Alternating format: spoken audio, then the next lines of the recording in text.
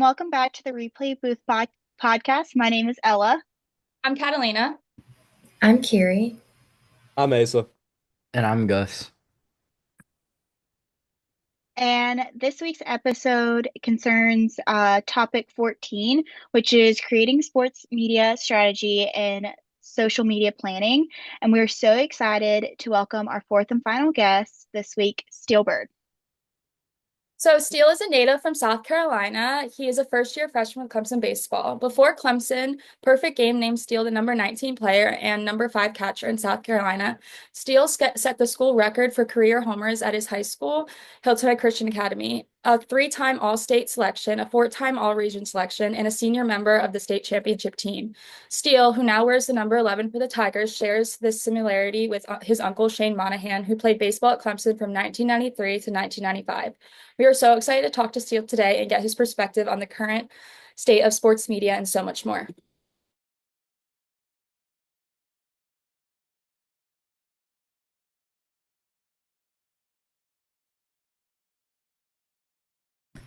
Okay, hi Steele. And before we start today, we just want to say thank you so much for taking your time out your schedule and talking to us today. So, Catalina, do you want to start us off?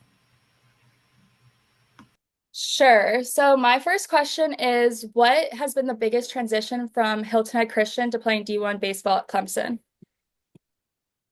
Well, definitely the scheduling. I mean, high school sports and college sports don't even they don't match up very well with scheduling and weight room times and practice times. And I mean, we get 20 hours a week to practice, which doesn't seem like a lot, but it's a lot, especially once you start the season and have games and lifts and you got to get meals and study hall in. So it's definitely jam-packed every day, not much free time, even on the weekends. And um, compared to high school, like when you have a break, a winter break, spring break, fall break, like you can go home, but especially for baseball and other sports can attest to this too, but we don't get much time to go home. And if we do go home, it's only for 3 or 4 days at a time.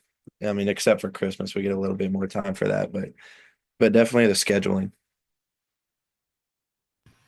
So, do you think that media coverage influences the way that you and your teammates perceive yourselves and your performance in a game? Not really, because like as a whole team, we've kind of come to the conclusion in the beginning of the year before season started to kind of keep social media and the media out of the locker room, the clubhouse, off the field, obviously. And we kind of like once something happens, it's kind of done and over with. We don't really talk about it. And like we got a lot of guys that get a lot of media attention. Like example, Cam Canarella, he's the face of our baseball program, and he gets a lot of attention. But we kind of just made a pact as a group to like we don't really talk about it because it's just something that essentially won't help us reach the goal that we need to at the end of the season, which is to win a national championship. So, what's one thing you wish people knew about being a college athlete in today's media-driven world? Um, I wish people knew that's a good question. I wish people knew that like once you get to a big school, especially Clemson or any other now Power 4 school, the media is always there. Every time you practice, they're there. Have a team meal, like especially with our team and what we do. And I'm sure y'all have seen our head coach and his Instagram accounts, and we he harps on it a lot, big with social media, and he wants us to put ourselves out there. But to answer your question, I think people like in post game interviews, the one thing that I wish people would understand better is how to handle the media because it's very easy for them to come straight at you, and you kind of get in a situation where you don't know what to say, and you don't want to come across as like arrogant or mean or whatever, but you kind of just like essentially I wish people knew, especially athletes, how to handle the media better because I think it would solve a lot of media problems. To kind of piggyback off that, I mean, I've seen you guys on like TikTok and Instagram doing like dances in the locker room and stuff. I've kind of heard that Coach Bakich is big on having the players have a social media presence and think it kind of helps their brand. Like, first off, is that true? And do you think that helps you guys with NIL deals and kind of just building your brand overall? Yeah, for sure. Because right now in the whole NIL deal, I just did a project on it. A lot of people think that like every athlete gets paid and through NIL, and which is the case, but it's really not the case. And there's only 17% of student athletes across the country at the Division I level that get NIL opportunities. And it's all like baseball is not really a big sport as like compared to football or basketball. Like those are our two big sports here at Clemson. And like of course basketball and football, they get a lot of attention because y'all pull more you guys pull more people to come watch the games, bigger arenas, bigger stadiums. But for us, like NIL for baseball players isn't really like big yet. Hopefully it will be in the future, but it's not big yet. And college baseball is on the uprise right now, and it's becoming super popular and starting to get a lot more fan attendance. But yeah, he definitely Coach Bakich definitely um he wants us to put ourselves out there on social media because I mean any way to help um pay for school or get NIL. We need to we basically he wants us to take what we can get because with baseball, with this year, hopefully next year, NCAA is talking there's talks about changing it. Um, we only get 11.7 scholarships compared to basketball and football, which get a lot more. But we only get 11.7 scholarships to share amongst 40 guys on our team right now. So there's some guys on the team that are really big assets to the team and make huge impacts that they're not on scholarship. They're coming out of pocket to come to school. But then there's guys on the flip hand which do get some money, but for Coach Bakich, I mean, for any coach, you just got to divvy it up between the players. But yeah, he definitely wants us to put ourselves out there to help us and financially in any way we can. I'm glad you brought up Bakich's Instagram page because I quite enjoy it. I want to get your own personal thoughts because I know he made like a Colin Smash one with him turning into the Hulk, and I think JP turned into Venom one time. So I just want to get your opinion on that.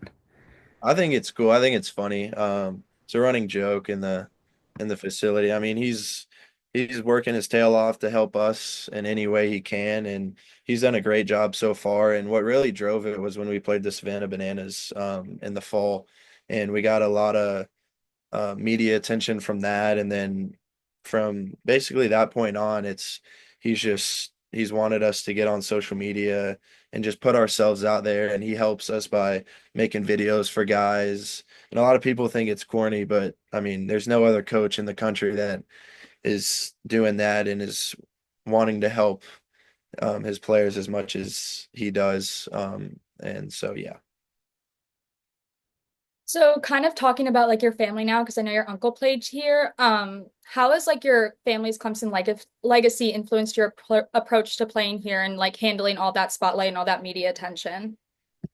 Um, I haven't had to deal with it as much as I thought, but yeah, we have a very athletic background within my family, and my uncle Shane Monahan was a three-time All-American here, holds a lot of records here, so definitely always wanted to be a Clemson Tiger growing up, and to be here and to be able to wear tigers across my chest is something I've always dreamed of, and I just love being here, being part of the team, the program.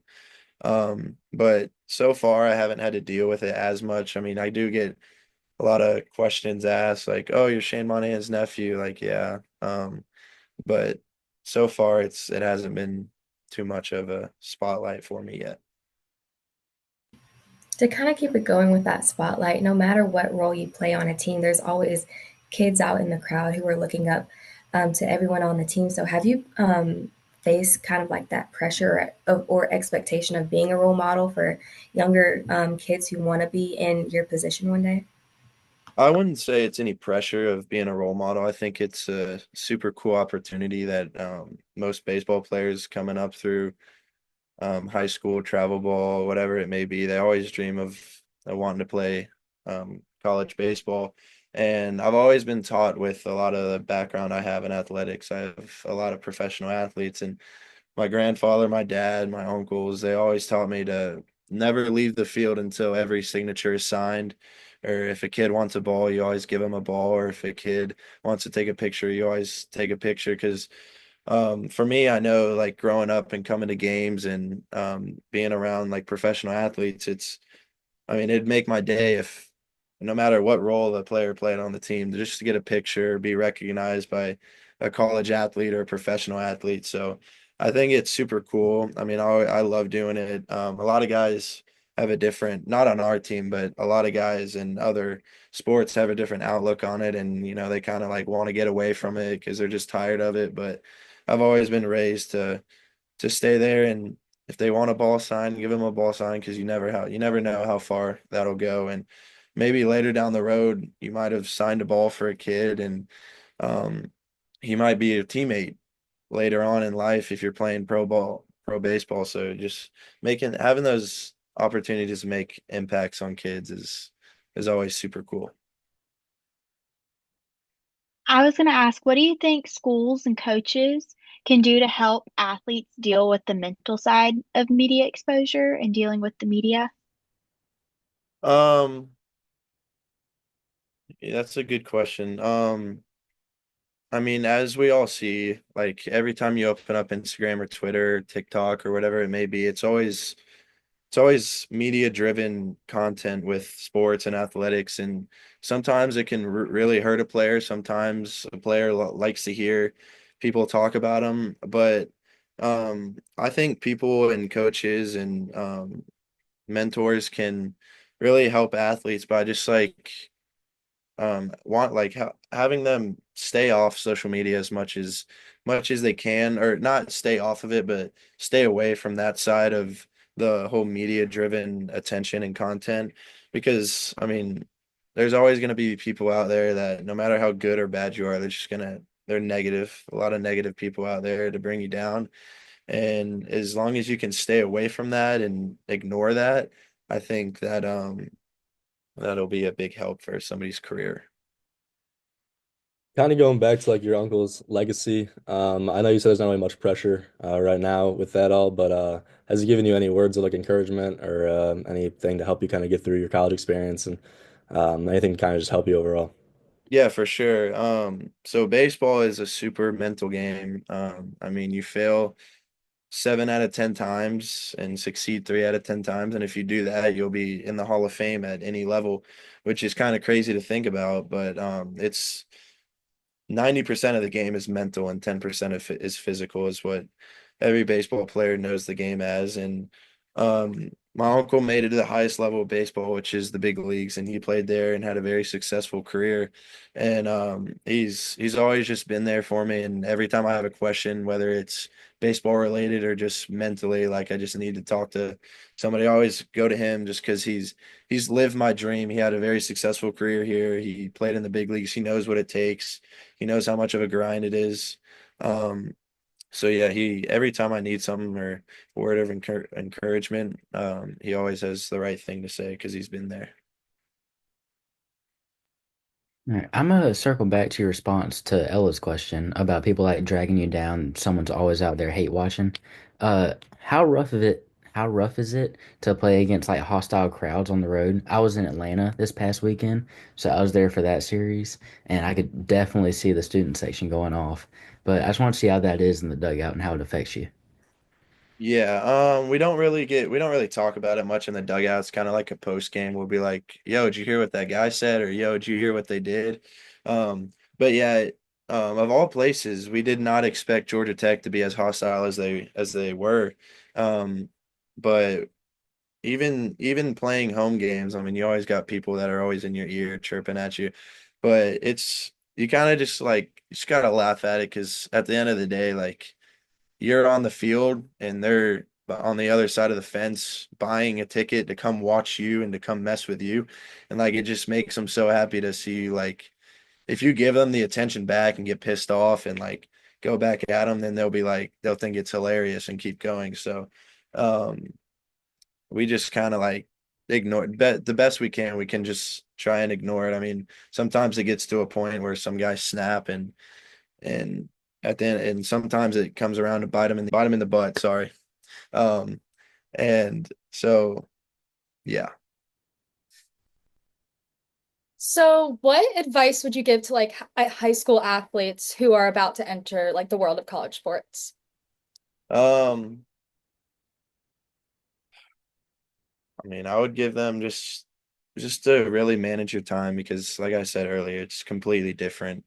Um, Having the lifts, scheduled lifts, meals, team meetings, practices, all that extra working by yourself, it's a lot. And as a freshman here, we have study hall hours, which is a lot for a freshman. It's 10 hours in the fall, and then if you get a certain GPA, you get reduced hours. But I mean, trying to balance all that is probably the biggest thing. And I would give advice, and the advice I'd give to a high school student is just be good at managing your time and what you do, and be productive with every minute you get. So you kind of answered the opposite of what I'm about to ask. You just talked about the hostility and how it may affect you during a game, but how does like the morale of the crowd and like how loud they can get and how supportive they are, does that affect you guys at all, or are y'all just focused on what y'all have to do and it's just background noise kind of? Well, it depends. When we're on the road and the crowd gets going, and I mean, it's a super tough position to be in, and baseball is one of those sports that like all eyes are on you at once, and everyone watches you fail. When you if you do fail and when you do fail, because it's you can't escape failure in the game of baseball. And like when we were at Georgia Tech, we had a guy who had two strikes on him and the two outs, and we needed a big hit or a ball put in play to make something happen to get a few runs across. And everyone stood up on their feet, super loud, and it's just as a baseball player, like you live for those moments because that's what you want to like. That's where you can really make your mark. But on the road, it's kind of just it's background noise. And when you're in those big situations, you're so focused on completing the task at hand that kind of the background noise just it almost sounds like just a steady buzz throughout the game. And in certain moments it gets really loud. But when we play at home, we and the crowd gets going, and especially against the Carolina game here Friday night, that was we set a attendance record with I think close to 7,000, which is a lot for a college baseball game, and especially in Clemson, small town.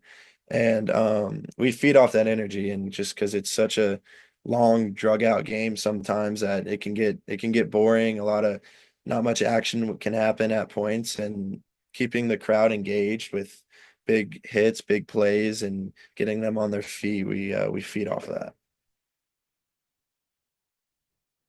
Okay, so I was gonna ask, do you think the media accurately represents college athletes? Or do you feel like you guys are misrepresented at times because, like from the media?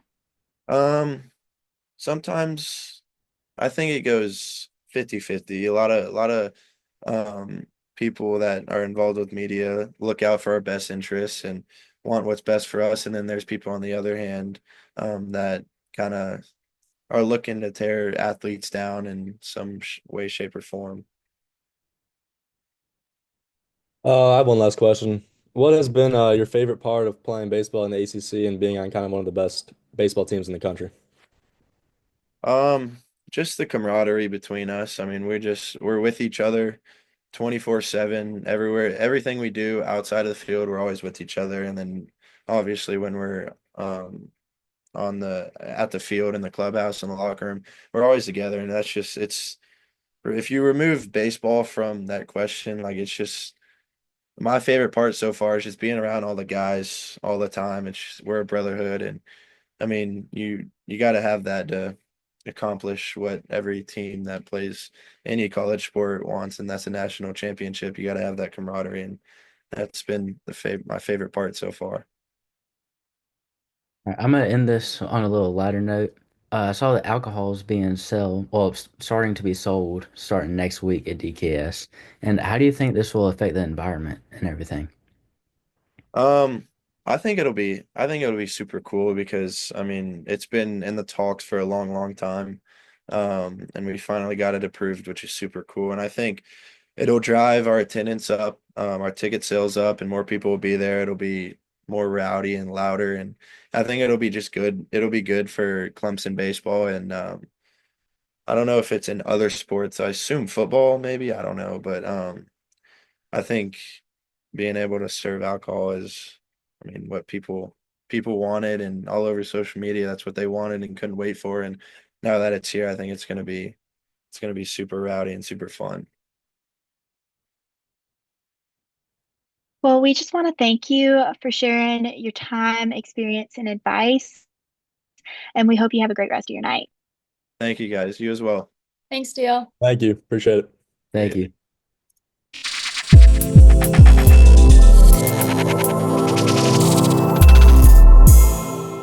Okay, so welcome back to the second part of the podcast. I'm just wondering what were your major takeaways from our talk with Steele? For me personally, I thought it was cool to get his perspective on like the media and how they present the actual baseball players, and kind of how they deal with not, I guess, handling the media and kind of ignoring it and ignoring exactly what they say. I thought that was like cool to like listen to since their coach has such like a huge media presence. I didn't think that. So I think that was kind of cool to hear. Yeah, I agree with that also. And kind of just hearing his story of how his freshman year went. I mean, I'm a student athlete myself, so I know the grind it is. You have study hall hours, you got practice. So it was kind of, I understood where he was coming from with all that. And it was kind of just good to get his perspective on how his adjustment from high school baseball was to college baseball and how he's kind of acclimated to it. So it seems like he's doing a good job, but yeah. Yeah, I really like how Beckett is kind of leading by example with the social media presence. And I really do agree that with Steele that banana ball really helped prepare him. And I actually got a banana ball from the actual event here. So it was kind of cool. I was working it. So just that have that extra connection.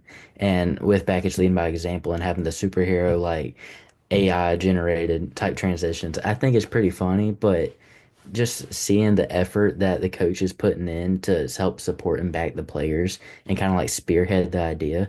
Because, like Steele said, there's no other coach that's doing such a thing. And I think that's really cool. I also kind of exactly what y'all said. I thought it was really interesting how he talked about them not paying attention because I feel like, especially now where we're so focused on what people think in social media, how they completely turn it off and block out the noise for the entire team because, that noise can get in your head. And I guess it is the best option to just not pay attention to it, but also just looking from the outside in, I can't imagine what it would be like to maybe have a bad game and not want to be tempted to see what people are saying about it. Or maybe you have a good game and you want to see people praising you, but at the same time, like you said, there's always going to be people hating. So I thought that was interesting to see how they do have a coach who's so present online, and then you just have a team who's the complete opposite. I always just find it so interesting how each coach takes on the new NIL kind of deal. And I didn't know that baseball didn't get as many scholarships. I just wasn't aware of it. And so I just think it's really cool that he's teaching his players to utilize this to help them further their career, help them pay for school, and just kind of being a leader and helping them clear a path and kind of, I think, preparing them to, like, yes, fending for themselves in college, but showing them how to be an advocate for themselves, how to advertise for themselves. And I just thought that was a really cool thing to hear. Like, it's not just about baseball, it's about, like, let's make sure that you are taking care of yourself. I just thought that was a really cool. Yeah, I agree with that. I mean, I've known him since high school, so kind of like seeing him, like I've known he's always wanted to play baseball in college, so seeing that is just really cool. And then also just getting like his viewpoints on everything and seeing like how, I guess, how much his viewpoints have like changed and not even changed, but how hardworking he really has been during this. So I think that was just like really cool to see and get all of his opinion because I've never really asked about that personally. So I guess all of us asking that and kind of seeing his answers was cool to hear. Yeah, and I'm sure having an uncle that is like in the Hall of Fame here and played in the major leagues, I mean, it's obviously it's good, but at the same time, it's kind of hard to try to live up to those expectations. I'm sure he has people in his ear all the time, like, "Oh, your uncle did this, you can do the same." And I mean, I can kind of see it, but I mean, I think it seems like he's doing a good job of handling that, and he's gotten this far, so he's obviously doing his own thing. And yeah, I was kind of wanting to see your guys' opinions on having how you guys would handle having an uncle in the Hall of Fame and playing in the big leagues, and what you guys would do in that situation, kind of. Yeah, I can only imagine what that's like because I'm a younger brother and my sister played sports and everything. So I had to follow her footsteps, and we had the same soccer coaches and everything. And they're like, "Oh, well, your sister could do that." And I'm like, "Well, yeah, but I'm not my sister." So I can only imagine what it's like having an uncle that's in the Hall of Fame and everything. Because if you like strike out once, all the crowds are going to be chirping, and I can only imagine how bad that would be. So big props to Steele because I could not be doing that. Yeah, I I feel agree with that too because, oh wait, go ahead, go ahead. I was just gonna say I feel that because for the first like 16 years of my life, I was known as Caroline's little sister. And I just that makes you really I think that also goes to speak like the person he is because that makes you want to be like, no, I'm my own person. And it very much feels like that's kind of what he's doing. And it's cool to see him like paving his own path at Clemson. Like he's loved Clemson and now Clemson's his. And so that's just really cool to see. Yeah, I was just gonna say that, like, kind of going back to, like people, I guess him having that pressure and that fan, expectation of him being who his uncle was, I think it's really interesting. Like we kind of talked about in class, where fans have this expectation and it's hard to live up to, especially with the social media thing. But it is good that he said he just doesn't pay attention to it, especially Twitter or X. They are brutal on there, and I can't even imagine what they would have to say, especially with him having that family history. I think that was really interesting. Yeah, I agree with that. Personally, I don't know if I would go to the same college as someone in the Hall of Fame in my family because that's so much to live up to and that's just so much pressure. So, I mean, good for him and props to him for being able to do that. But I personally, if that was me, I would just have so much pressure. And I don't even know if I could handle that, but I don't. Yeah, because I know we're talking about rivalries, and that's the big topic in the past couple days. And he's literally inheriting a rivalry within like just the family bloodline. Because if people know who his uncle is, they're definitely gonna be having it out for Steele. So just wanted to add that part.